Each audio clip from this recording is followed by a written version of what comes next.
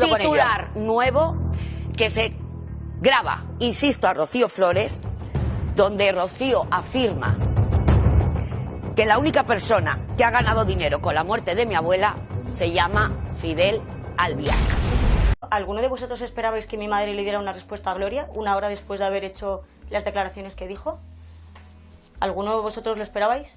Si me queréis contestar, si no podéis, no me contestéis. Si te contesto yo sí. ¿Tú lo pensabas? Sí. Vale, bueno. ¿Por qué no? Pues a la vista lo tienes una semana después. Te voy a explicar una cosa, ¿vale? Mira, subrayo todas las palabras que pero ha dicho. explica por qué nos haces esa pregunta. Ah, pues te lo hago muy fácil, Claro. porque es incapaz de sentarse y de darte unas declaraciones como te estoy haciendo yo aquí ahora mismo. Incapaz. Porque Cuando tú necesita escuchas que hablar, cuando tú reflexionar o que alguien le diga lo que tiene que decir. ¿Es lo que quieres decir? Reflexionar. Pero Lo bueno, dice- a ver, ay, perdona. me da la sensación que sé por dónde vas. Sí, lo voy a explicar. Ella no Vale. responde porque primero tiene que consultar su respuesta con Fidel, lo que vendría a avalar eso que dice Gloria Camila de que según ella el maestro de la orquesta de tu madre es Fidel. Sí. ¿Sí? Subrayo todo lo que ha dicho Gloria y añado más. Y te digo que mi padre es el ser y Fidel Albiac del Pino es un ser de luz. Y lo que menos tiene es luz. ¿Vale? Cuando escuchas Y que aquí maestros... Tranquilo, ¿eh? Aquí maestro solamente hay uno.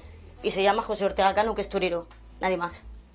Y otra cosa más que digo, y es que ella dice ahora sí, como diciendo que sí que le bailan el agua a mi padre, ¿no? Cuando la familia de mi madre y mi padre siempre han tenido sus discrepancias, hasta que se juntaron, que gracias por la parte que me toca, para que tuviéramos una buena relación. Dice que ahora la familia sí que le baila el agua. Y me llama bastante la atención porque, ¿sabes qué te digo? Que las mismas personas que llevan años callados, ¿sabes lo que es una persona callada? Sin poder hablar, sin poder mencionar a Fidel Albiac, son los mismos que ahora ponen a Fidel Albiac aquí. ¿Y sabéis también lo que os digo? Que la única persona de todos los que hablan que ha vivido en esa casa durante 24 horas diarias se llama Rocío Flores Carrasco y David Flores. Y que lo mismo, si a mí algún día me da la gana y me da por contarle al mundo mis vivencias, lo mismo hace así España. ¡Pum! Arde la pólvora familiar más explosiva de nuestro famoseo. Te sitúo, noche cerrada, apenas un par de farolas tristes alumbrando surtidores vacíos, y en mitad del asfalto, Rocío Carrasco, su hija Rocío Flores y su hijo David Flores apretados a un par de maletas improvisadas.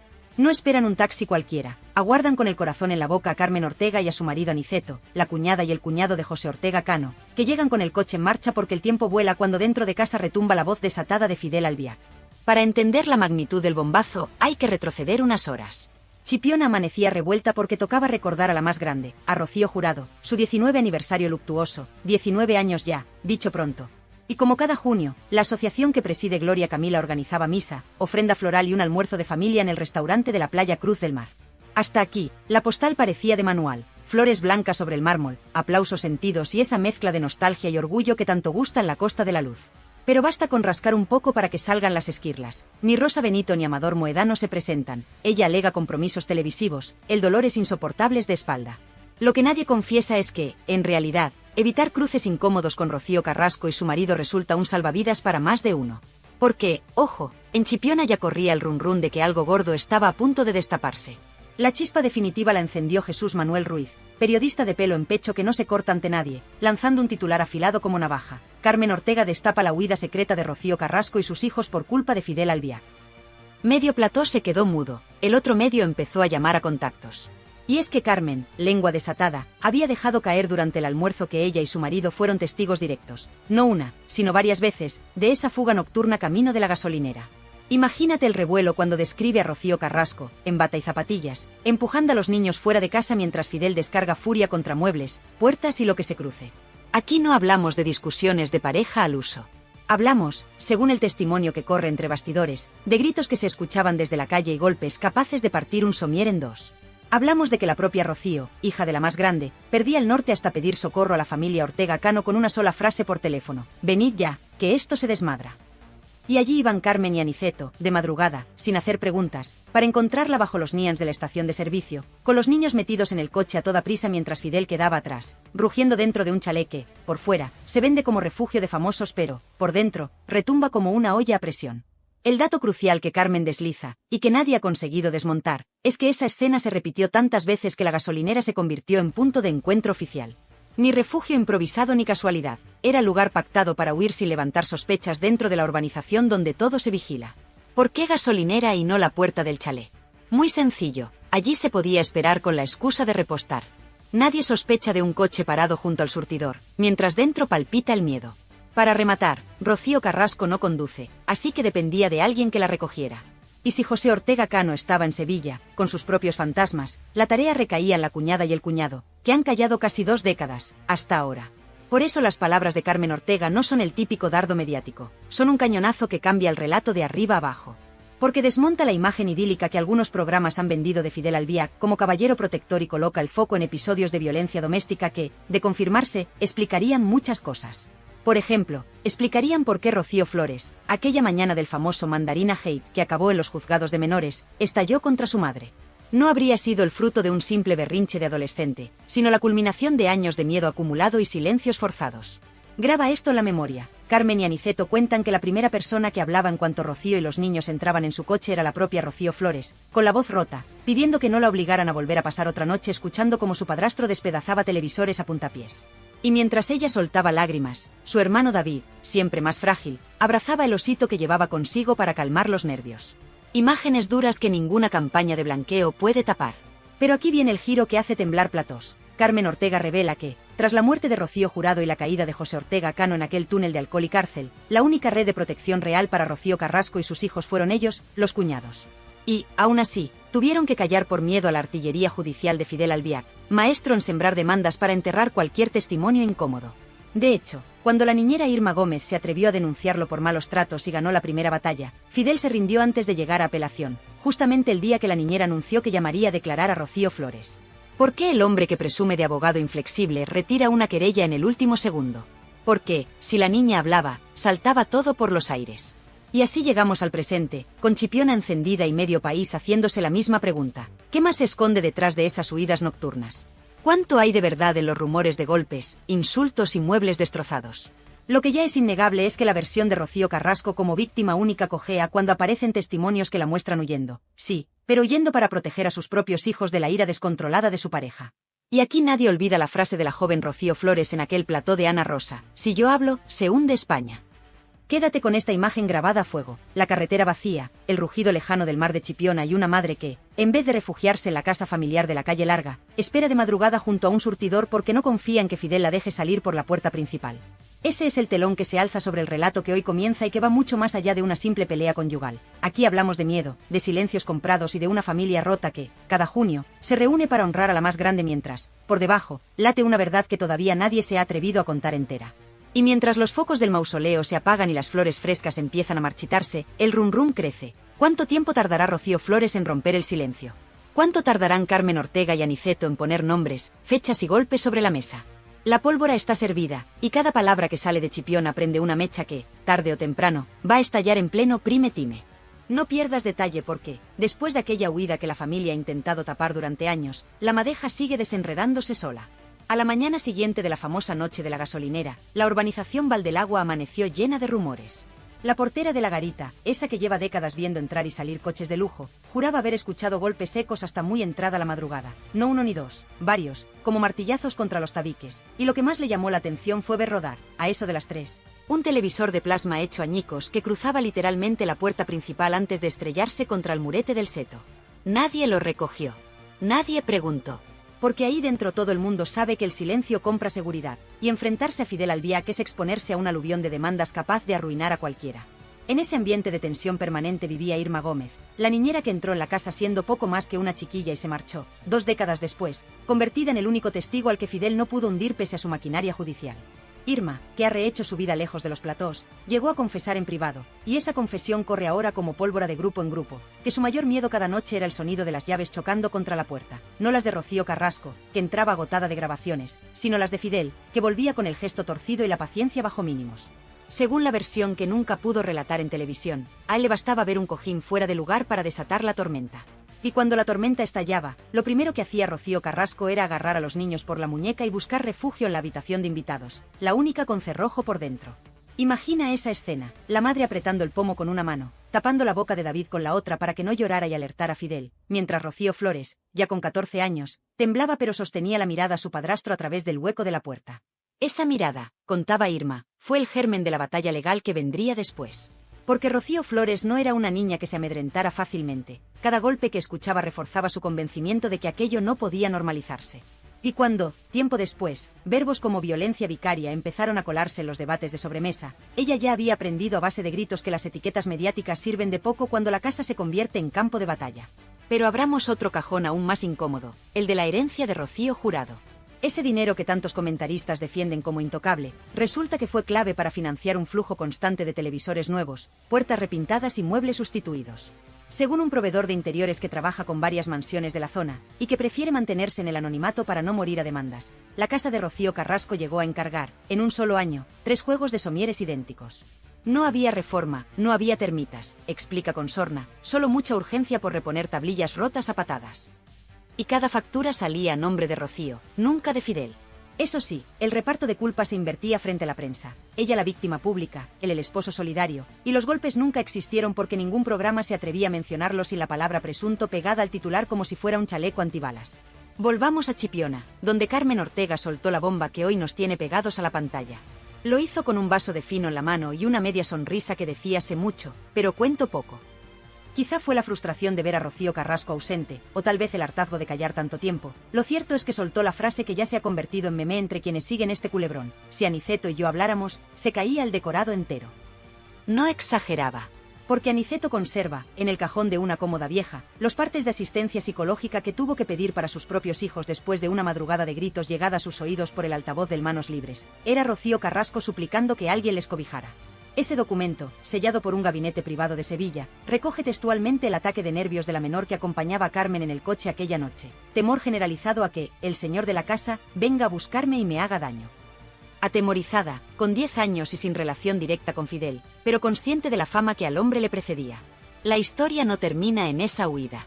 Tras la disolución del escándalo inicial, Fidel activó su defensa habitual: sembrar dudas sobre las fuentes, acusar de conspiraciones familiares y colgar la etiqueta de mercenarios de Telecinco a quien osara levantar la voz. Nada nuevo. Lo nuevo llega cuando descubrimos que, a la chita callando, varios exempleados de mantenimiento, fontaneros, pintores, electricistas, han comenzado a cruzar llamadas porque sabían que compartían anécdotas parecidas: muebles destrozados, cristales en la piscina, órdenes de no abrir la boca bajo amenaza de no cobrar la factura. ¿Quién hacía los encargos? Nunca Rocío. Siempre Fidel, o su hombre de confianza, un abogado de despacho pequeño al que los proveedores ya conocen por el mote de póliza, porque antes de firmar la orden de reparación te planta un contrato de confidencialidad más largo que una novela. Y, sin embargo, esa red de miedo empieza a resquebrajarse. La chispa ha sido el testimonio de Irma, que, lejos de buscar platós, ha declarado en privado su intención de apoyar cualquier causa que permita, de una vez por todas, que Rocío Flores relate la verdad completa. Porque, y aquí viene la parte que nos acelera el pulso, existe una nota interna de la Fiscalía de Menores de aquel entonces en la que se menciona, de pasada, la conveniencia de escuchar a la menor RFM sobre episodios de violencia intrafamiliar que ella insinúa haber presenciado. Esa nota se archivó cuando la causa quedó en nada, pero hoy, con la presión mediática en máximos y la sociedad mucho menos tolerante a los silencios de antaño, podría reabrirse en cuestión de días si alguien aporta pruebas frescas. Y pruebas hay: los partes de urgencias que nunca se hicieron públicos, las fotos borrosas del ojo morado que Maciel juró haber visto y, sobre todo, las grabaciones de seguridad de la gasolinera, que archivó la empresa propietaria porque nadie se las reclamó en su momento. En este punto es inevitable preguntarse cómo reaccionará Rocío Carrasco cuando la evidencia se acumule sobre la mesa y ya no baste con señalar a Antonio David como el gran manipulador. Porque el gran pecado de esta historia no es haber tenido una pareja violenta, eso le puede pasar a cualquiera, sino haber permitido, con tal de defender a ese hombre, que la versión oficial convirtiese a la niña que lo vivió todo en la gran villana del cuento. Y esa herida, a base de años de silencio, se ha gangrenado. Rocío Flores dio un paso atrás, y, aún así, fue aplastada en platós por tertulianos que nunca pisaron Valdelagua y jamás escucharon retumbar un somier a las 3 de la madrugada. Atención, porque lo que viene es aún más delicado. Hay un policía en excedencia, vecino de la urbanización, que ha empezado a filtrar datos de las llamadas de emergencia registradas en el área durante aquellos años. No puede enseñar el informe completo, pero adelanta que hay patrones de altercados nocturnos coincidentes con el número exacto de veces que Carmen y Aniceto dicen haber intervenido. Esa pieza, si termina en un juzgado, puede dinamitar la imagen pública de Fidel de una forma que ni él ni su legión de abogados serán capaces de contener con papeles. ¿Responderá con nuevas demandas? Probablemente. ¿Callará Rocío Flores para siempre? Improbable. La balanza por fin se inclina a su favor, y la oportunidad de limpiar su nombre pesa más que el miedo. Si el caso se reabre, veremos desfilar a más de uno por los pasillos de los juzgados de Alcobendas, y esta vez las cámaras no podrán esconderse detrás del rótulo presunto. Porque la verdad, cuando lleva años encerrada, sale descontrolada, y el escándalo que empezó en una gasolinera desierta amenaza con estallar ahora delante de toda España. ¿Te das cuenta del silencio que se extiende cada vez que alguien pronuncia Valdelagua en un plató de televisión? Ese nombre, que suena a urbanización pulida y feliz, se ha convertido, sin que nadie lo admita en público, en sinónimo de miedo y secretos mal enterrados. Mientras las cámaras enfocan su fachada impecable, por dentro se cuece una guerra fría que ya ha puesto en pie de alerta a medio Madrid. A estas alturas se rumorea que una docena de periodistas del Corazón han empezado a recibir llamadas anónimas con advertencias veladas. Deja el tema o te vas a arrepentir. ¿Quién está detrás? Todo apunta a la misma mano, Fidel Albiac. Pero empecemos por el principio de esta nueva tormenta. El lunes, primera hora, la productora más famosa de los pasillos de Telecinco recibe un sobre marrón sin remitente. Dentro, una memoria USB y una nota escrita a mano. Imágenes de la gasolinera, madrugada del 15 de marzo de 2004. No miréis para otro lado. Esa fecha coincide, palabra por palabra, con una de las noches que Carmen y Aniceto señalan como fuga familiar. Los responsables del programa abren el archivo con 1000 precauciones. Se ve a una mujer en bata, el pelo recogido a toda prisa, empujando a dos criaturas de aspecto desorientado hacia la parte trasera de un turismo. El vídeo es borroso, grabado desde la cámara de seguridad. Aún así, la figura encaja con Rocío Carrasco, y no hay margen de duda sobre la presencia de menores. Mes y modelo del coche cuadran con el que conducía entonces Aniceto. El metraje dura menos de 3 minutos, pero basta para que el director de contenido se lleve las manos a la cabeza. Emitirlo sin difuminar a los niños sería un delito, pero ocultarlo haría saltar por los aires la credibilidad de todos los que han sostenido, durante años, que aquello fue una simple bronca doméstica. En paralelo, la familia Moedano mueve ficha. Amador, que siempre camina entre la lealtad y el desahogo público, se graba un vídeo casero de casi 10 minutos. No lo cuelga en ninguna red social, se lo envía, directo, a un par de redactores de confianza. Entre titubeos y tragos de agua, confirma que la tía Carmen no exagera un ápice.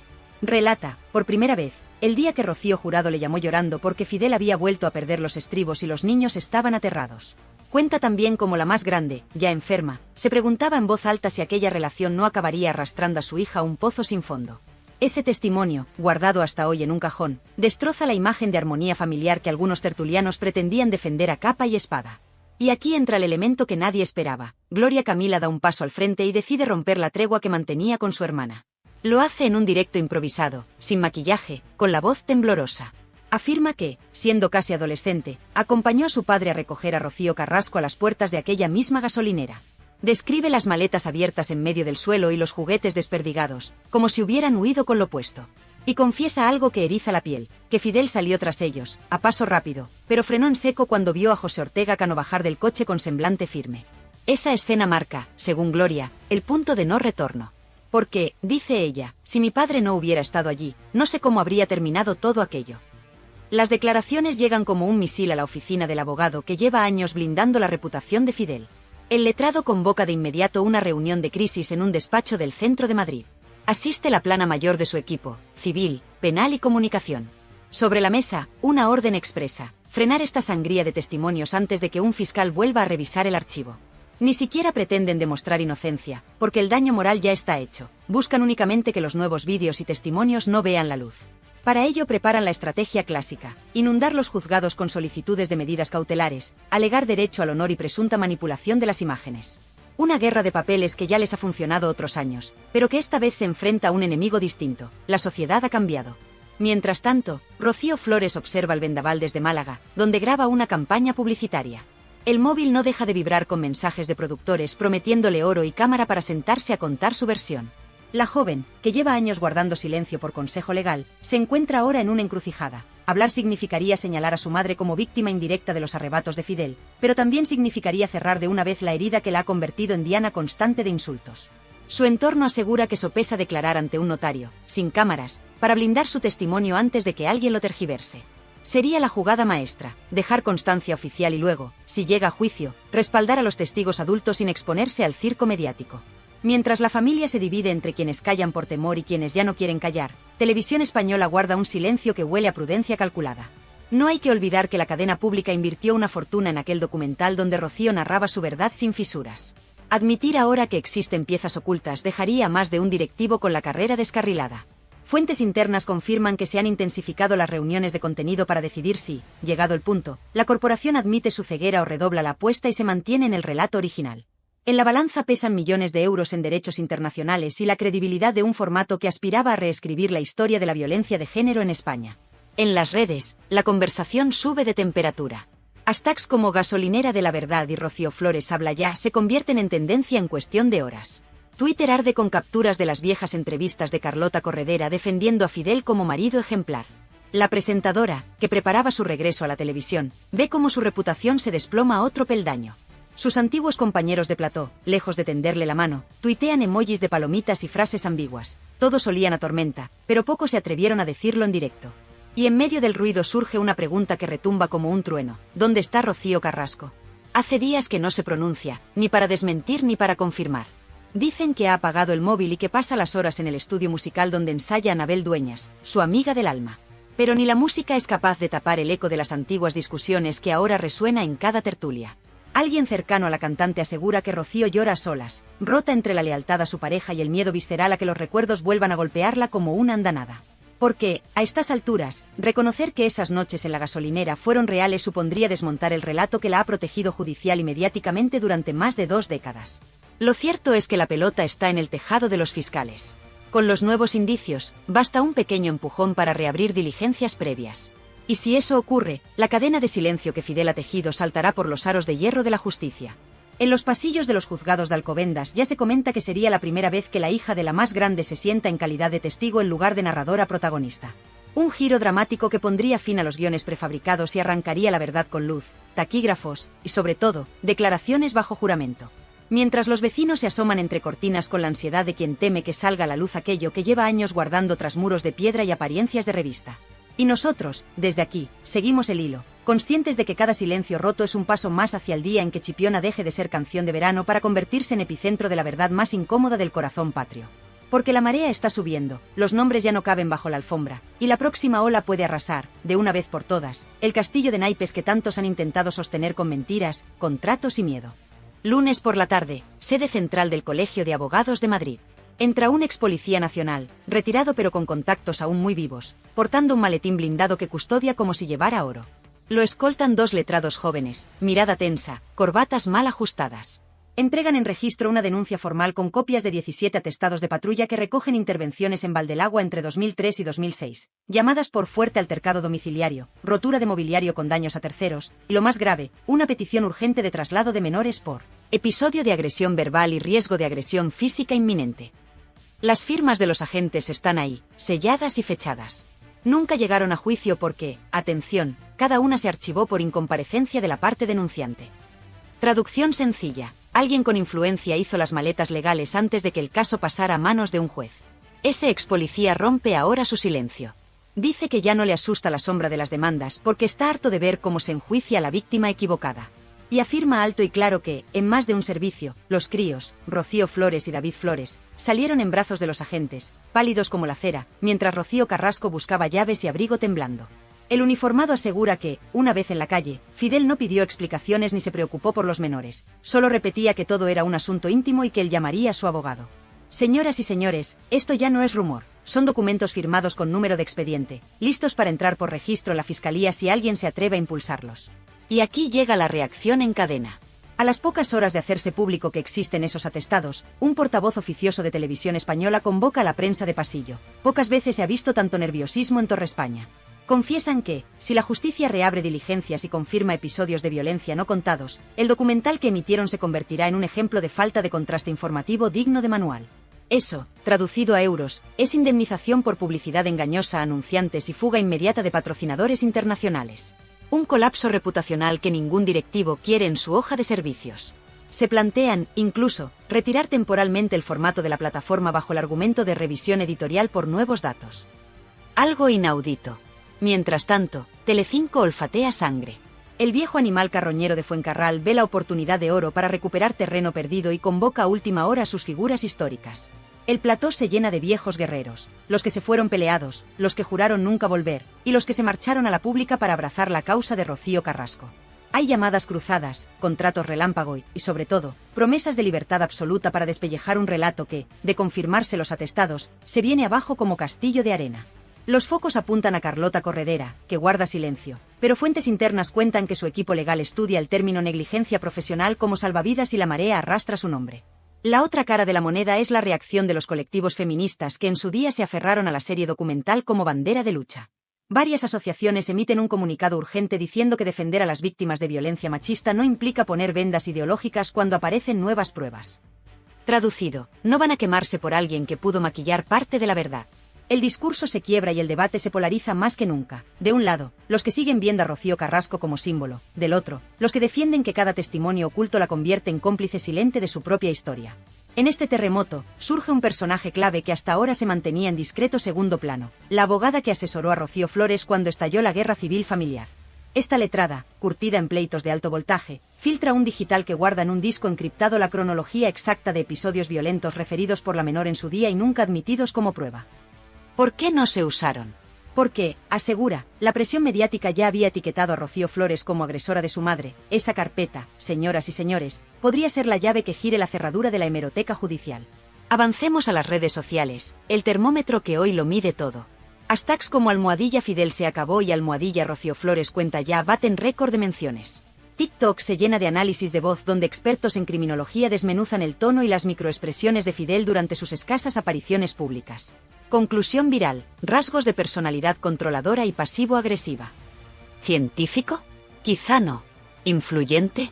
Bastante, porque la opinión pública ya huele a sentencia antes de que hable un juez.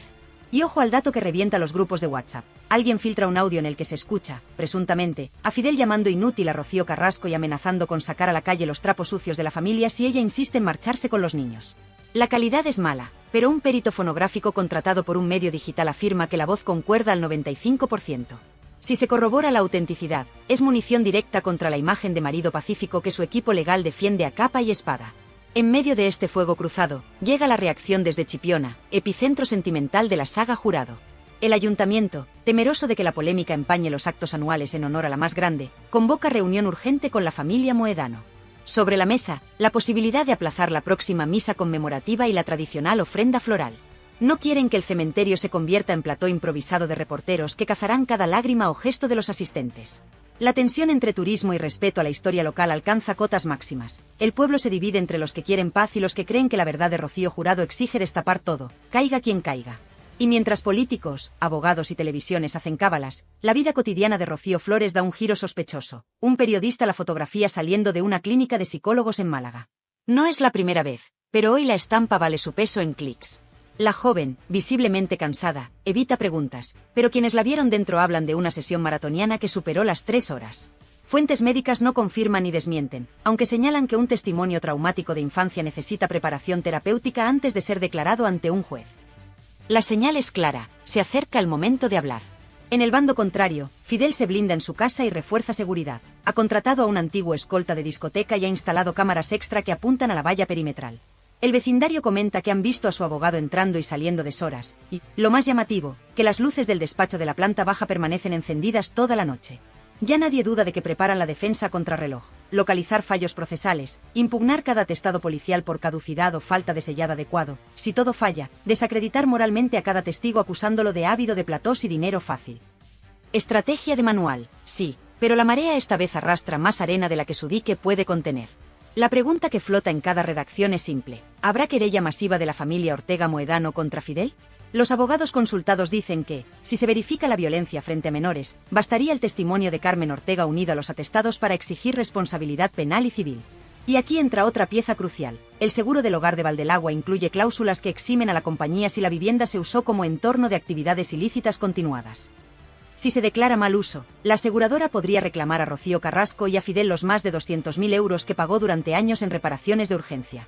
Es decir, un boomerang económico de proporciones bíblicas. Hoy, por fin, alguien va a hablar. No hablamos de un testigo secundario ni de un tertuliano de medio pelo. Hablamos de Rocío Flores, esa muchacha convertida en mujer a golpe de titulares que carga sobre los hombros la etiqueta de hija rebelde que, sin embargo, fue la niña que escuchó cada crujido de pared, cada televisor estallando contra el suelo, cada insulto escupido en la cocina. Lleva meses preparándose, repasando memoria con psicólogos, respirando hondo cada vez que ve su nombre trending y conteniéndose cuando le ofrecen exclusivas millonarias. Y hoy, según fuentes directas del juzgado de Alcalá, plasma por escrito lo que el país entero sospecha, pero nadie se ha atrevido a jurar bajo pena de falso testimonio. Mientras se acerca la hora, el vecindario de Valdelaguas sufre algo parecido a un eclipse moral. Quien ayer defendía la discreción, ahora se asoma por la rendija y levanta el pulgar en señal de ya era hora. Los repartidores de prensa reparten gratis un suplemento especial con la cronología completa. En la portada, un título en mayúsculas que retumba: La noche de la gasolinera ya tiene voz. Hay colas para comprar café en el minisúper de la urbanización y todas las lenguas coinciden en lo mismo. Los muros de piedra y los setos recortados ya no sirven de parapeto cuando la verdad entra por antena de televisión y se cuela hasta el último salón. Pero vayamos al corazón del terremoto. La comparecencia de Rocío Flores no será a puerta cerrada. El juez, consciente de la repercusión, ha permitido que un puñado de periodistas acreditados sigan el relato desde una sala contigua. No habrá cámaras, pero sí grabadores oficiales. Se transcribirá cada palabra, y esa transcripción será pública en cuanto acabe la sesión. Fidel Albiac, que hasta ayer todavía confiaba en conseguir medidas cautelares, llega con rostro de piedra y mirada fija en el suelo. Rocío Carrasco no acude, su abogado alega cuadro de ansiedad aguda. El asiento vacío de la madre, flanqueado por la prensa, duele más que 1000 portadas, porque certifica que el último puente afectivo se ha quemado mientras ardía el viejo relato televisivo. La declaración empieza y lo primero que hace Rocío es situar la escena que nos ha tenido en vilo. Yo salí de casa porque había miedo, miedo real. Lo dice despacio, sin florituras, con la voz firme de quien ha repetido la frase 1000 veces al espejo. Cuenta que la madrugada del 15 de marzo, la misma del vídeo de la gasolinera, no fue la más violenta, pero sí la primera en la que sintió que su padrastro podía pasar de los muebles a las personas. Describe un portazo que retumbó como una escopeta, describe cómo su madre le temblaba el pulso al marcar el número de la tía Carmen, describe el olor a gasolina mientras esperaban bajo las luces blancas del surtidor. Y cuando el juez le pregunta si aquellas huidas fueron esporádicas o una rutina, ella responde con la claridad de un parte meteorológico: Señoría, si llovía una vez a la semana, nosotros salíamos una vez a la semana. Silencio en la sala de prensa, suspiros contenidos, bolígrafos que se quedan sin tinta de tanto apuntar. La joven no se queda en la anécdota. Narra, una a una, las visitas de los agentes que hoy aparecen documentadas en los atestados. Recuerdo los botones dorados del uniforme, recuerdo la luz de la linterna en mi cara, recuerdo a mi hermano tapándose los oídos. Detalle tras detalle, coloca ladrillos en un muro que ni la mejor campaña de lavado de imagen puede derribar. El juez le ofrece agua cada 10 minutos. Ella niega, quiere terminar de una vez, cerrar 20 años de lumpia mental. Y lo logra con una frase que atraviesa como aguijón: no vengo a hacer daño, vengo a parar un daño que no cesa mientras se siga llamando mentirosa a la niña que fui. En la calle, las reacciones se suceden.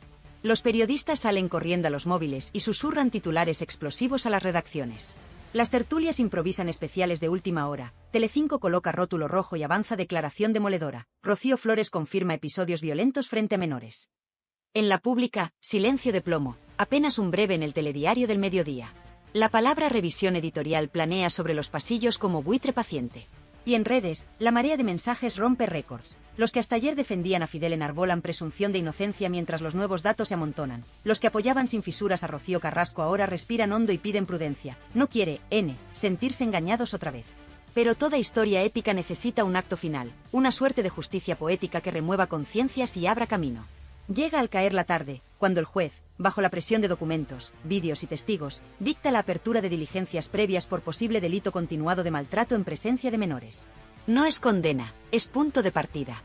Pero golpea como mazazo en pleno prime time y convierte ese asiento vacío de Rocío Carrasco en la sombra más larga de la jornada.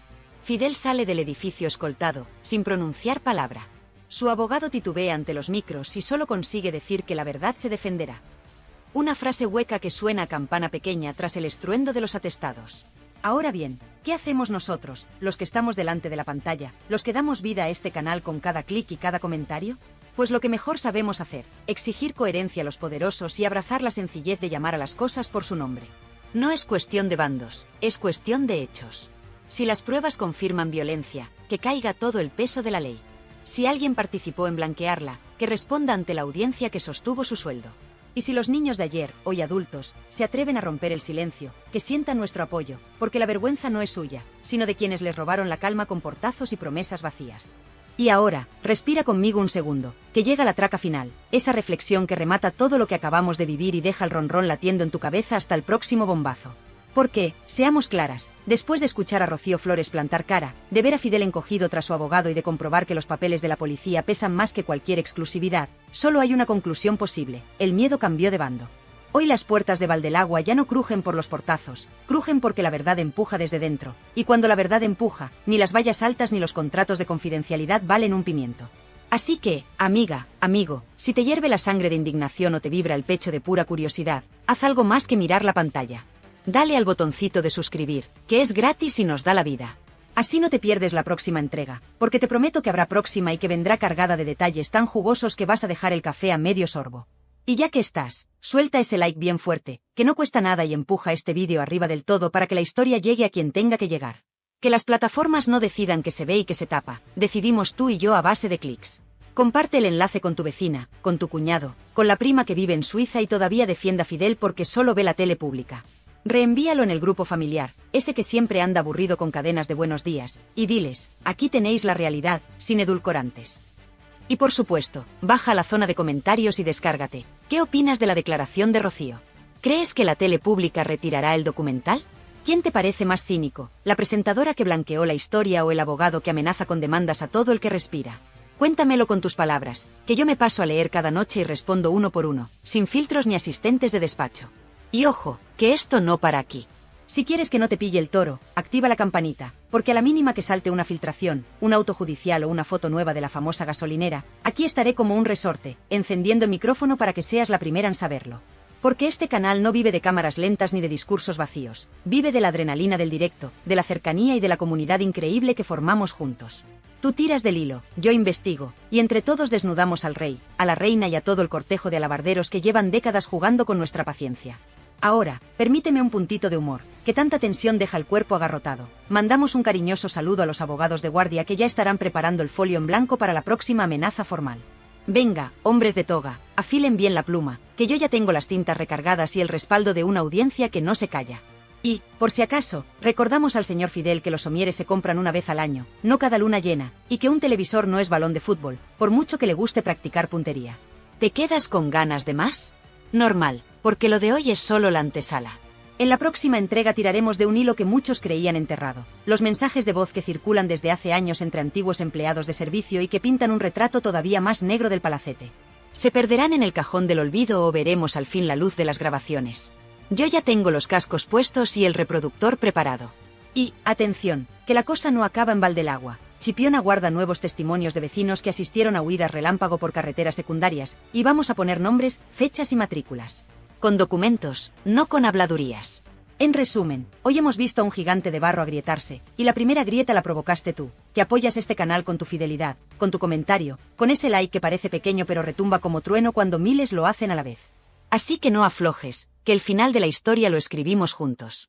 Suscríbete ya, comparte y comenta. Porque la próxima exclusiva puede estallar cuando menos te lo esperes, y solo los que están al loro se llevan el pastel calentito. Y ahora sí, llegamos a la despedida épica, esa que se merece una ovación de balcón. Recuerda hidratarte, vigila tus somieres si tu pareja se altera y, sobre todo, no dejes que nadie silencie tu voz. Yo soy tu altavoz, tú eres mi energía, y juntos somos la pesadilla de los que venden humo. Nos vemos muy pronto, quizá antes de que Fidel cambie otra cerradura. Hasta entonces, portaos bien, o, mejor aún, portaos mal pero contadlo, que aquí lo convertimos en oro puro. Un abrazo gigante, besos de surtidor y campanitas al aire. ¡Chao, chao! Un titular nuevo que se graba, insisto, a Rocío Flores, donde Rocío afirma que la única persona que ha ganado dinero con la muerte de mi abuela se llama Fidel Albiac. ¿Alguno de vosotros esperabais que mi madre le diera una respuesta a Gloria una hora después de haber hecho las declaraciones que dijo? ¿Alguno de vosotros lo esperabais? Si me queréis contestar, si no podéis no me contestéis. Sí, te contesto, yo sí. ¿Tú lo pensabas? Sí. Vale, bueno. ¿Por qué no? Pues a la vez lo tienes una semana después. Te voy a explicar una cosa, ¿vale? Mira, subrayo todas las palabras que ha pero dicho. explica por qué nos haces esa pregunta. Ah, pues te lo hago muy fácil, Claro. porque es incapaz de sentarse y de darte unas declaraciones como te estoy haciendo yo aquí ahora mismo. Incapaz. Porque Cuando tú necesita escuchas que hablar- cuando tú es- reflexionar o que alguien le diga lo que tiene que decir. Es lo que quieres decir. Reflexionar. Pero Lo bueno, dice- a ver, ay, perdona.